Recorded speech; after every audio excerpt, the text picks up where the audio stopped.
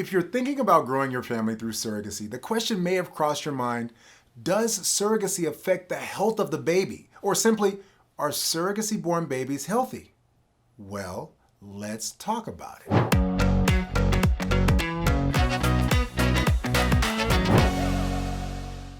What's up? I'm Corlandos Scott, a surrogacy attorney in Los Angeles, and that simply means that my practice revolves around helping people grow their families through assisted reproductive technologies like surrogacy. And in today's episode, we're going to talk about what is a quote-unquote surrogate baby. We'll look at the medical side of a baby born via a surrogate, and we'll look at the medical side of a baby delivered by the mother of the child. Let's dive in. As a surrogacy professional, I try to keep my ear to the pulse of the streets, with the questions people have about the surrogacy process. And one of the things that I've run across in Facebook groups and online forums is talk of a surrogate baby. Now, I'll admit, the first time I heard this phrase, I was like, what is a surrogate baby? I thought it was very strange. I was like, are they referring to a baby that's standing in for another baby? Like a surrogate baby? Well, after a couple of seconds, I clearly realized that they were talking about a baby that is delivered by a surrogate. So although as professionals, we never really refer to a baby as a surrogate baby for a whole host of reasons, but I won't split hairs here. I understand what people are getting at when they say surrogate baby, but just in case you don't, let me explain. What is a surrogate baby? Well, the gist of a surrogacy agreement or a surrogacy arrangement is when a woman carries a baby to term and the woman who carries the baby is not intended to be the mother of that baby. Rather, she's carrying it for another person or persons. So when people refer to a surrogate baby, they're referring to the baby that is born through an arrangement like that. When we're exploring whether surrogate delivered babies are healthy, we have to consider the ways in which the fetuses that the surrogates carry are created. So it's helpful to look at the typical way that a couple gets pregnant versus the embryo creation process that happens in surrogacy. Now, the typical couple that achieves a pregnancy usually does so through sexual intercourse. Now, of course, in that process, the sperm of the father fertilizes the egg of the mother. This is basic grade school biology, right? But the reason that I'm highlighting it here is because one of the overarching factors for the health of any fetus is the health of the individual whose gametes, that's a fancy word for sperm and egg, went into creating the embryo. So the healthier the gamete provider, potentially the healthier the embryo. So if the embryo was created with the sperm and egg of an unhealthy individual, then that plays a role in the potential health of the fetus, and the fetus results from that embryo. So when we're comparing the medical side of a baby born via a surrogate to a baby delivered by the legal mother of the child, we must consider the health of the individuals who contributed the genetic material. Now, this takes us to the embryo creation process in a surrogacy arrangement. Now, you may have heard me discuss this before, but there are two types of surrogacy arrangements. There's gestational surrogacy and traditional surrogacy. And the reason why a discussion of the two types of surrogacy arrangements is important to our topic today is because, again, the source of the gametes used to create the embryo are going to have a bearing on how healthy the resulting baby is. So if we're comparing a surrogate-born baby to a baby born to its mother, then we have to find out where the gametes came from. A traditional surrogacy arrangement is where the surrogate who's carrying the baby is also the egg donor whose eggs went into creating the embryo. So in a traditional surrogacy arrangement, the woman giving birth to the child is genetically and biologically the child's mother. So in a traditional surrogacy arrangement, the genetics of the surrogate factor into the health of the baby, as well as the gestational health of the surrogate. So in a traditional surrogacy arrangement, where the surrogate is also the egg donor, you should explore her genetic history and the health of her family members. Now, it's standard in egg donation arrangements to have the donor undergo a session with a genetic counselor in order to learn about her medical history and also to determine if the donor is a carrier for any kind of medical issues that may pose a risk to the baby. Specifically, you'll want to make sure that the egg donor is not a carrier for a disease in which the person providing the sperm is also a carrier for, because then you have two carriers of the same disease, which increases the risk to the embryo. that would put the resulting baby at risk to inherit that disease. So since a traditional surrogate is also the donor of the eggs, there's a potential for a baby born via traditional surrogacy to have its health greatly impacted by the surrogacy process, or more specifically, the egg donation process that is inherent to a traditional surrogacy arrangement. But let's look at the other type of surrogacy arrangement, gestational surrogacy. In a gestational surrogacy arrangement, the embryos that will be transferred to the uterus of the surrogate are created using the egg of the hopeful mother or the egg of a donor who is not the surrogate. So in a gestational surrogacy arrangement, the surrogate does not contribute any genetic material. So the fetus that she's carrying for the hopeful parents is not related to her genetically or biologically.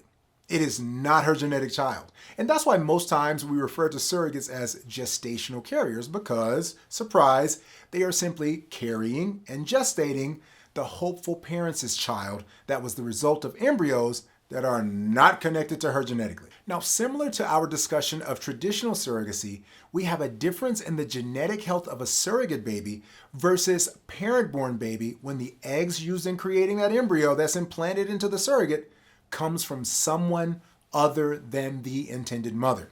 So the same concepts and precautions we discussed in the traditional surrogacy arrangement, they're still true here. The egg donor should be screened genetically in order to make sure she's not a carrier for anything that the intended father or sperm donor is a carrier for. So in an egg donor-based gestational surrogacy arrangement, we still have a difference in genetic health between the surrogate-born baby and the parent-born baby. But what about when there isn't an egg donor used? Well, in a gestational surrogacy arrangement where the intended mother's eggs were used in creating the embryo, we have a different genetic story altogether. In that case, we're not working with an egg donor, so there's no one other than the mother who needs to be screened genetically.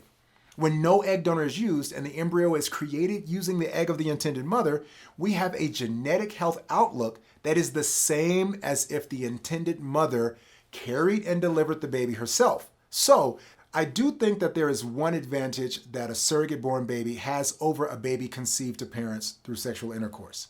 That's the fact that the embryo transferred to the surrogate is created through IVF. Stick with me. And many times, prior to choosing which embryo to transfer, the intended parents have those embryos screened for genetic abnormalities. And by doing this, the intended parents can rule out any unviable embryos, see if there's any embryos with chromosomal abnormalities and not use those, and they can choose the healthiest embryo to use for the transfer. They can rank those things from healthiest to least healthy, and once they have that ranking, they can begin their journey with the healthiest, most viable embryo. And when they do that, they're giving themselves the best chance at a successful pregnancy and a healthy live birth with a baby experiencing no genetic abnormalities. In a child born through normal sexual intercourse, you don't select the embryo. It creates itself, and you're left with whatever you have from nature. Now, you may have noticed that I keep mentioning genetic health. Well, that's because the genetics of the baby isn't the only thing that factors into the baby's health. In every pregnancy, we are also concerned about prenatal health. Now, before I talk about prenatal health or prenatal care, please do me a favor. Hit that like button so that YouTube knows to share this with more people. Trust me, it'll only take you a second. And while you're down there hitting that like button, go ahead and subscribe. That way you won't miss any of my upcoming videos. And if you know someone who's looking to grow their family through assisted reproduction, then go ahead and share it with them. Okay, back to prenatal care. Having a healthy pregnancy is one of the best ways to promote a healthy birth. So when we're comparing the health of a surrogate-born baby versus a parent-born baby, we have to also look at prenatal health. Babies of mothers who do not get prenatal care are 3 times more likely to have a low birth weight and 5 times more likely to die than those born to mothers who do get prenatal care. And the reason is pretty straightforward. Doctors can spot health problems early when they see the pregnant woman regularly. Here's an alarming statistic. According to the CDC, 77.1% of women who gave birth in 2016 initiated prenatal care in the first trimester of pregnancy. 4.6% of women began prenatal care in the third trimester, and 1.6% of women received no care at all during pregnancy. Now, although 77.1% seems like a decent number, guys, that still leaves 23% of women who did not receive prenatal care in the first trimester. And I get it. Although 1.6% of women not receiving prenatal care may seem like a small percentage, it stands out a bit more when you know that the US had 3,941,109 live births, not pregnancies, live births in 2016. That's almost 4 million live births. So 1.6 of the 3.9 million live births equals to 63,058 live births from pregnancies that received absolutely no prenatal care. So if that's from actual live births, I can only imagine how many pregnant women who didn't receive prenatal care had pregnancies that didn't make it to live births. Let me be clear. 63,058 is a lot of babies who made it through to birth without the help of prenatal care. Now, why would I bring this up? Because if we're comparing the health of surrogate-born babies to the health of parent-born babies, we must realize one important factor for a legitimate surrogacy arrangement. That factor is that every legitimate surrogacy arrangement is going to involve the highest level of prenatal and delivery care possible. In fact, before we even get to prenatal care in a surrogacy arrangement, the surrogate goes through a pre-pregnancy care. And before the surrogate goes through pre-pregnancy care, she goes through pre-pregnancy medical clearance. And before the pre-pregnancy screening, surrogates are screened by the matching agencies that they work with. And finally, before even the screening process, surrogates are a self-selecting group. Nobody ever forces a woman to be a surrogate, at least not in the US according to law. So if we look at all of these factors, we see that a surrogate is positioned to have a better chance at a healthier and successful pregnancy than the average woman. As I mentioned, first of all, surrogates are self-selecting. No one forces them to become surrogates. There's something in them that draws them towards wanting to carry a baby for another person and help another person grow their family. And typically, surrogates enjoy the pregnancy process. They're okay with being pregnant. It's not a hassle for them. And they typically are the type of women who have no negative experiences with their prior pregnancies. Then, before they are matched with hopeful parents, their surrogacy matching agency is going to take a look at their previous pregnancy records. The agency is going to have them complete a set of screening questions. And here's a kicker. Good agencies even do a background check on the surrogate. Now, after the agency screening process, surrogates go through a thorough medical and psychological examination in order to determine whether they are good candidates for the process. And when they pass the medical screening, when they pass the psychological process, they are then placed into the care of a reproductive endocrinologist in order to ensure the highest quality prenatal care and best chance at a successful pregnancy. After they graduate from the reproductive endocrinologist, they then go to an obstetrician. So see, throughout all the phases of the surrogacy process, the surrogate, who already, mind you, is predisposed to complication-free pregnancies, she's given the highest level of medical care. And even on top of all of this, outside of all those reasons, just think about it. In a surrogacy arrangement, the intended parents are putting in a great deal of time and effort and money, so they do their best to control the factors that can be controlled.